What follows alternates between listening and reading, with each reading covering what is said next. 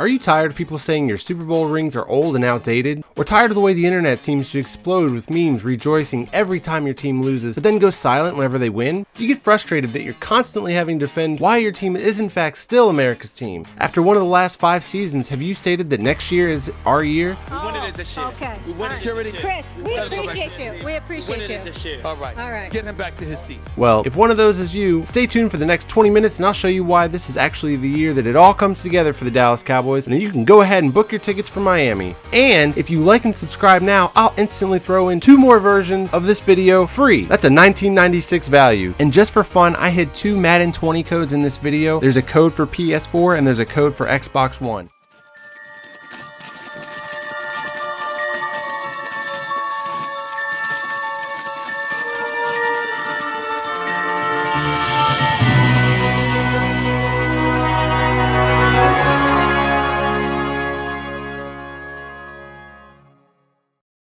Welcome back to the 3rd episode in my Road to the Super Bowl series, where I buy all the way in on the 2019 edition of some under-the-radar contenders. If you want to see a 4th episode, we need to hit 1,000 likes on this video. I know we can do it. It really helps grow this channel and helps me pump out more content. You can like and subscribe also. Shout out to the 18% of you that have hit the notification bell. Please comment below with who you think I should do next for one of these, and I'll also have in my community tab a poll for the next one to do a more official vote to really narrow this down. And then real quick, before we get started, let me plug this fantasy football club that I'm starting up this year. This is actually the last week to sign up if you want to join one of the money leagues. The free leagues are first come, first serve, but there's been a lot of interest in those, so I don't know if I'm going to be able to get everybody quite in them. The link will be in the pinned comment if you want to sign up. So let's quickly go over what went wrong in 2018. The Cowboys were coming off of a 9-7 season in 2017 and had Super Bowl aspirations going into this 2018 season, despite moving on from Des Bryant in the offseason and losing Jason Witten to Monday Night Football right before the draft. The front office figured, hey, we've got Zeke in the best offensive line in football. Let's try this offense without a wide receiver 1 or some kind of dynamic tight end. But then they lost Travis Frederick for the season with a rare disease called Guillain-Barré syndrome, and you just knew that it wasn't going to be the year for the Cowboys. Then they went and they paired that off with a 3-5 start where they had up and down results in offensive production that set football back 20 years, 30 years with just the lack of downfield passing. They went and alternated loss, win, loss, win, loss, win, all the way up until their week 8 bye when they finally decided they needed to make a change here and they traded a 1st-round pick to the Oakland Raiders for Amari Cooper. Following that Amari Cooper trade, it took a game for them against the Titans on Monday Night Football to get this new offense figured out where they kind of got embarrassed by the Titans, but then they went and won 5 straight games, including a defensive dominance on display on Thursday Night Football against the Saints. They went ahead and swept the Eagles, the Super Bowl champs, coupled with a dramatic overtime win in Dallas where Amari Cooper had 3 epic touchdowns. The deflection catch represented that the luck was back on their side after early on it just seemed like everything that was going wrong could go wrong. Murphy's Law, and then a Colts ass whooping brought them back down to earth right before the playoffs. The Cowboys had the NFC East basically wrapped up. They came out flat, and their lack of offensive ingenuity was truly on display in this one versus a former linebacker coach, which was now the defensive coordinator of the Colts, Matt Eberflus. Matt Eberflus may as well have been reading the offensive script to the defense in the huddle and probably gave them the typical defensive game plan from Rod Marinelli to the Colts offense. After that, though, they handled their business versus the Bucs, got a bonus win against the Giants, which actually provided Dak Prescott with the best play of his career in a meaningless game, of course, but we'll call it a confidence builder for the playoffs, which they really needed because they came up against the Seahawks in the wild card, who had previously embarrassed them during their 3-5 start, and it was almost a role reversal from that Week 3 matchup.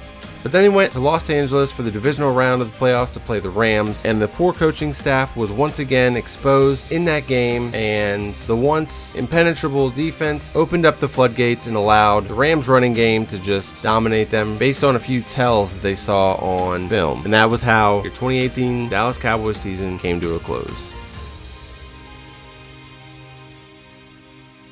While there wasn't a lot of turnover, let's break down this 2019 roster. Now, this is the 2nd best roster on Madden 20 for a reason. Whether you agree with the ratings or not, they're definitely up there as one of the most talented rosters on paper. In the last episode of my Road to the Super Bowl series, I had to defend ex-NFL MVP Matt Ryan. Dak Prescott is not going to be as easy. And I know this because I've been working on a script for a video where I'm going to be breaking down the Dr. Jekyll and Mr. Hyde of Dak Prescott. I plan on having that ready for the preseason or when Dak signs his new contract right after after, whichever one comes first. So I don't want to give away too much of that, but I'll just say that whatever money he's about to get, I think he's earned it. The guy came in as a 4th round pick and has been a rock at the quarterback position for the most notable football team in the world, and has done it in the 4th quarter when it matters the most. I didn't even address Matty Ice's nickname in the Falcons video because honestly, he's been as icy for the Falcons about as often as he's been not icy. But Dak Prescott can be hot garbage for 3 quarters and then make a play to flip the whole game on its head and then win it in dramatic fashion. If you ignore that 3-5 start in 2018, the Colts game, and then the games in 2017 when Zeke was unfairly taken from the offense in what is really just a fraudulent attempt to hold the Cowboys back, Dak's been one of the best quarterbacks in the league. And even in those games that you can choose to overlook, he really did maintain a steady win-loss record through quite a bit of turbulence. And then luckily for them, Dak is built like a truck, and injuries have not been an issue for him, so the Cowboys have been able to rely on younger, unproven quarterback prospects like Mike White and Cooper Rush as the primary backups. If any team loses their starting quarterback, their season's basically over anyways. But Cooper Rush at least looked really good in his first preseason, and Mike White was a 5th round pick, so there's some potential there for those guys to not be completely worthless. And if Dak is really as bad as all the haters say he is, then it won't matter if they have to start one of these unproven guys anyways, right? Moving on to the running backs, we've got Ezekiel Elliott, Tony Pollard, and Mike Weber. Now, there's talk about Ezekiel Elliott holding out. I don't actually see that as a bad thing. Remember when Emmitt Smith held out, they went 0-2, then they re-signed him, and they were Super Bowl champs that year. But it sounds like he's going to show up in some capacity, and it's not as if you want him touching the ball too much before the season, especially if you plan on him touching the ball 400 times during this Super Bowl run here. Tony Pollard offers a really different dynamic out of the backfield. His skill set has been compared to Alvin Kamara. Not saying that he is Kamara as a rookie, but imagine this running attack if he made half the impact that Alvin Kamara made in his rookie season, with Zeke being an even better version of Mark Ingram to Pollard's Kamara. Mike Weber's skill set has been labeled as Zeke light and could spell Zeke if the game is in hand, but I'm not taking Zeke off the field for a 7th round pick very often. Weber's going to get a ton of preseason touches though, and that's where he can show what he's really got. At wide receiver, the Dallas Cowboys have Amari Cooper, Michael Gallup, Randall Cobb, Tavon Austin, Noah Brown, and Cedric Wilson. This wide receiver core was completely transformed with the addition of Amari Cooper in a way that I don't even think the Cowboys front office truly thought would happen when they pulled the trigger on this deal. Amari Cooper and his quiet demeanor was the perfect addition to an offense that's not short on loud personalities. People, including myself, forgot that he was a once top 5 draft pick for a reason, and the talent was obviously still there. Allowing Michael Gallup to slide down into the wide receiver 2 role made it a lot easier for the rookie to get better looks. He and Dak were a couple of overthrows away from him having a dominant rookie season overall. I actually picked Gallup in my breakout player video because I expect that he and Dak will have an improved chemistry in the 2nd year. Randall Cobb should be an upgrade from Cole Beasley, at least from an athletic standpoint, and being the 3rd or even 4th wide receiver at times will allow Cobb to play fewer snaps and keep his body healthy and fresh for 16 full games because injuries have plagued him in the past. Tavon Austin is another wide receiver with injury concerns. He's easily the fastest wide receiver in this offense and could be used in more creative ways under Kellen Moore. Noah Brown and Cedric Wilson are young prospects that have been elevated on the depth chart with the release of Allen Hurns. Now, cutting Allen Hurns saved the Cowboys $5 million on the immediate cap. They wanted him to take a pay cut. It was probably an insulting pay cut, and he figured he'd find a better option in the open market. Coming off of that vicious injury, though, I probably would have gone with the job security, but I wish nothing for the best for Hurns. Then at tight end, like I said, Jason Witten is back. He tried so hard to be like his buddy Tony Romo, but thankfully for everyone, he's back where he belongs, playing tight end for the Dallas Cowboys. He's not going to all of a sudden be a more explosive athlete after his year off, but I do expect a rejuvenated leader in the locker room. The Cowboys had actually already given away his locker, and now he's probably hungrier than ever to make a run at this thing. His ability to get open and those sticky hands should still be as good as ever, and will provide a really nice reliable option for Dak across the middle. Blake Jarwin and Dalton Schultz have potential still in this league, and Jarwin is especially intriguing after his 3-touchdown game in week 17 against the Giants, but those are not championship caliber starting tight ends just yet. Now Rico Gathers, well, I partially blame the coaching staff for this guy not panning out so far, and I could see him going to another team, getting put in the appropriate situations to flourish, but it sounds like he just didn't take this opportunity seriously and thought too highly of himself to put in the extra work to be the next Antonio Gates. Now the offensive line is definitely one of the strongest units in the league and will be responsible for carrying this Dallas Cowboys offense to the promised land. Travis Frederick, like I said, is back after that Guillain-Barré syndrome. I didn't go into much detail. This is a rare disease, if you don't know, that attacks your nerves, strips you of your physical strength, and Travis Frederick, he might need a few weeks to get back to where he was before this disease, but I have no doubt in my mind that he will still be a day one upgrade over Joe Looney. Not that Joe Looney was bad, but Travis Frederick's greatest strength is not even related to his physical strength. He's one of the higher IQ players in the league, and his ability to help his young quarterback to the line of scrimmage is unrivaled. After spending a year watching the game as a player coach, I have no doubt that his knowledge and understanding of the game of football and how teams like to defend the Cowboys offense offense has only improved, and this unfortunate hurdle for him could end up making him a better and even smarter, if possible, an even smarter football player in the long run.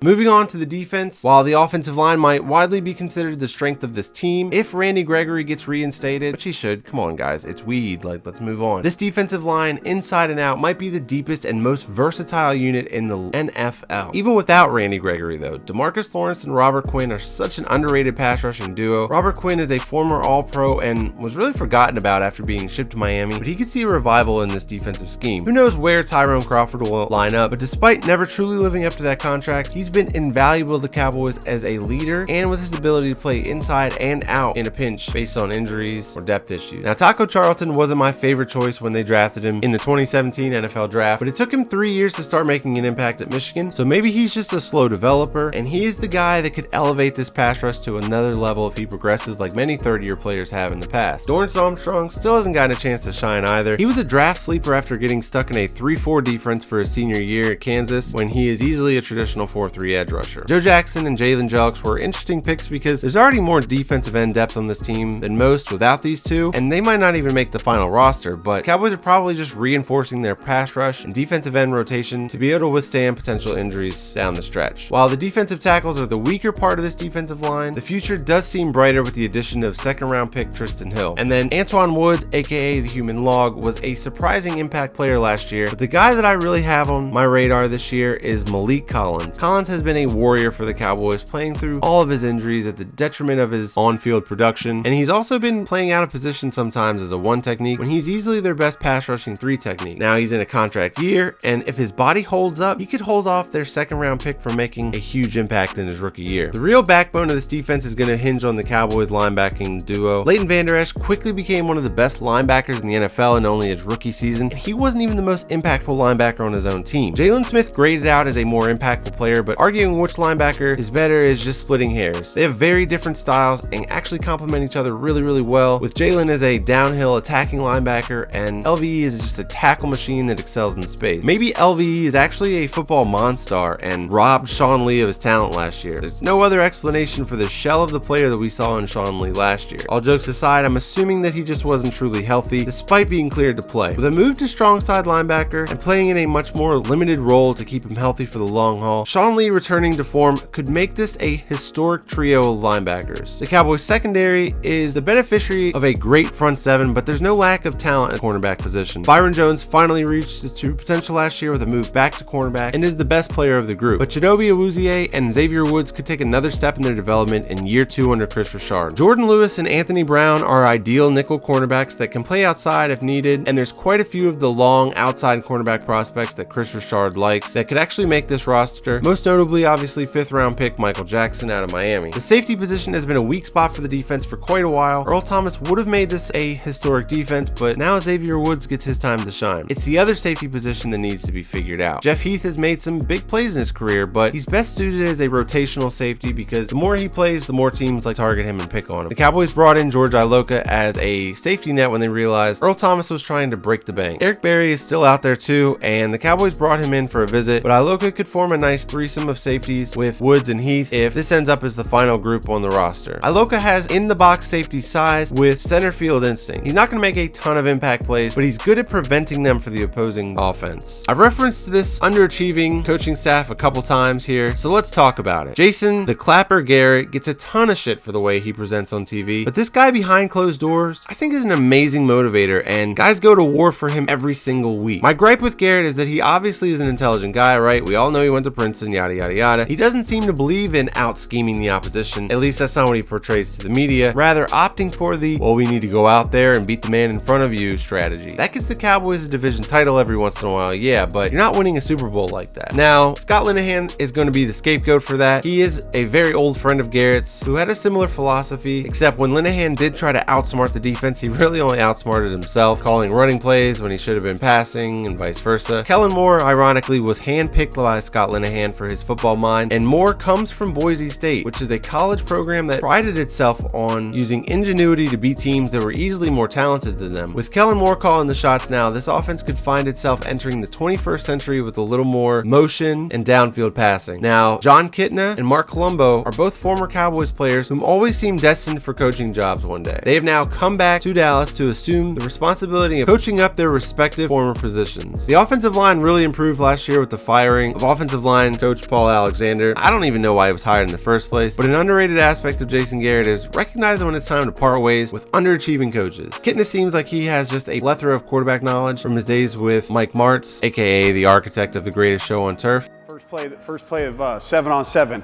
and I dropped back, and we got the 20-yard dig over here, and we got the drag coming like this, and they're in Tampa too, and the Will linebacker drops back, you know, he floats back, so I come back, boom, I hit the tight end coming across, and he gets 7 or 8 yards, and I'm feeling good about myself. And I walk over to Coach Marks because he used to stand off to the side, and you'd have to go over and get the play to him. I walk over there, I'm feeling good. I walk over like this, stand next to Coach Marks, and he has no expression on his face. And he's got his little play sheet like this, and he says, "Why didn't you throw the dig?" And he doesn't even look at me. "Why didn't you throw the dig?" And I said, "Well, you see, I saw a cover 2, and I saw the linebacker, you know, he started drifting back and da-da-da." So he said, "Why do we call dig?" I said, "For cover 2. He said, "So did you get cover 2? I said, "Yeah." He said, "Well, I'm not asking you to evaluate what happens elsewhere. If we get cover 2 and we call dig, throw the dig." And he looked at me, finally lifted his eyes up. He looked at me and said, "I can't coach caution." And it was like this. For 10 years, I've been coached to be cautious. Hey, it's better to you always take a profit, da-da-da. And here was this coach saying, when I call it, and if you get what we're looking for, you rip it. And if something goes wrong, that's on me. And I'll take the bullet. And he did it over and over for me. And it freed me up. For 2 years, I threw for 4,000 yards each year with him, and I learned more football in those 2 years than I learned in the other 14 years combined. And he's really been working with Dak and focusing on improving his footwork. On the defensive side, the coaching is seeing an injection of youth similar to the offensive side, with defensive back coach Chris Richard basically taking over the defensive coordinator role from Rod Marinelli, similarly to the way that Marinelli took it from legendary defensive coordinator Monte Kiffin the year after Marinelli and Kiffin joined the Cowboys in 2013. Richard brings a contagious energy to the defense, and it's no surprise that it all came together for this defense in his first year with the team. He is going to be a head coach in 2020 if Jerry Jones doesn't make him one of the highest paid defensive coordinators in the NFL beforehand. Now let's break down this 2019 schedule. When initially released, I thought that this was a gauntlet of a schedule, but after letting the dust settle, it's actually a very manageable one, with an easier first half to get a nice start, and a more challenging second half to really prep you for that playoff run. They open against the Giants, this is my surprise to face, and then they have 2 NFC East rivals before their scrimmage versus the Dolphins, which is really like Alabama playing Arkansas State in a warm-up game for their Week 4 matchup on Sunday Night Football against the Saints. Aaron Rodgers comes to town to get some payback for that 2016 playoff game, because the Cowboys actually have a defense now. And then going to the Jets, that shouldn't be too difficult. Then they got a home game against the Eagles, which is going to be a nice confidence builder heading into another midseason bye week. Now the second season kicks off once again with the Giants on Monday Night Football, and they have the Vikings after that on Sunday Night Football, a couple of back-to-back primetime games, and then they're going to run through the Lions, Patriots, the Bills on Thanksgiving, and the Bears on that double Thursday Night Football matchup that they've started doing. That's going to be a pretty tough one. It's going to be cold and with an awkward week of travel. And then they've got the Rams coming to town, heading to the Eagles, and then they finish the season against the Redskins, who will likely be starting a rookie quarterback at that point. All in all, looking at this schedule, 11 wins is not that crazy for me. I could see them losing, like I said, to the Bears. I could see them losing to the Patriots. I could see them losing to the Rams. Like I said, the second half of the schedule is going to be more challenging, but as long as they don't fall for any of these trap games like the Dolphins or the Jets and handle their business against the teams that they are clearly better than, I really do see 11, maybe even 12 wins in an NFC East title. But let's break down these division opponents real quick. The Giants, they're going to be starting Daniel Jones by probably mid-season, and it's a shame that the second Giants game is actually after the bye week, because the Cowboys don't need an extra week for him or Eli for that matter. Now the Redskins is another team that should have a rookie quarterback that could surprise people with a pretty solid roster around them. Darius Geis, he could carry this team to success. The Cowboys coaching staff knows too much about this Gruden system now, and they kind of seem to have their number more often than not. Now the Eagles are everyone's pick to win the NFC East because of this